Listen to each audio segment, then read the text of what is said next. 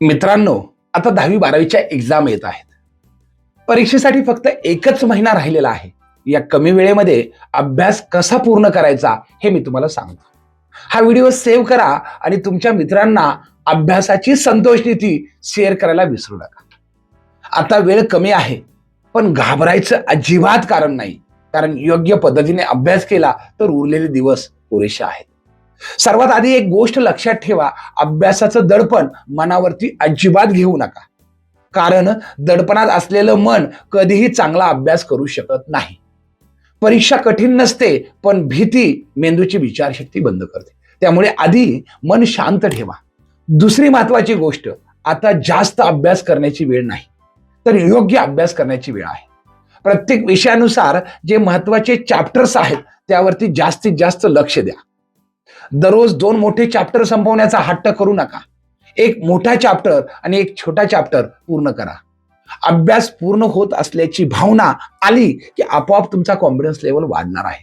तिसरी महत्वाची गोष्ट, मागील वर्षाचे क्वेश्चन्स पेपर जास्तीत जास्त सोडवा.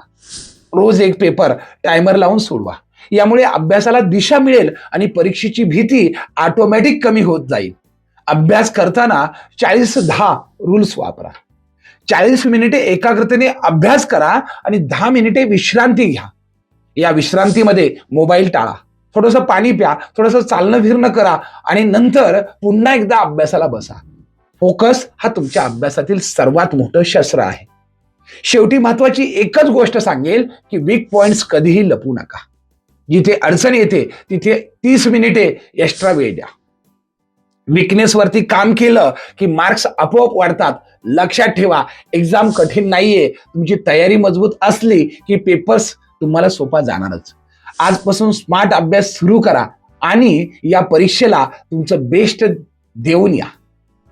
एका छोट्याशा व्हिडिओमध्ये एवढं सगळं सांगणं शक्य नाहीये. तुमचे प्रश्न खालील कमेंट बॉक्समध्ये नक्की विचारा. मी तुमच्या सर्व प्रश्नांची उत्तरे नक्की देईल. स्टडी प्लॅनर आणि वैयक्तिक मार्गदर्शनासाठी स्क्रीनवरती दिसणाऱ्या नंबरवरती अपॉइंटमेंट घेऊ शकता. परीक्षेचा कठीण मार्ग सोपा करण्यासाठी, अभ्यासाची संतोषनीती पाहण्यासाठी मला फॉलो करा आणि ही रील्स सेव्ह करून जास्तीत जास्त मित्रांपर्यंत पोहोचवा. All the best. Bye bye.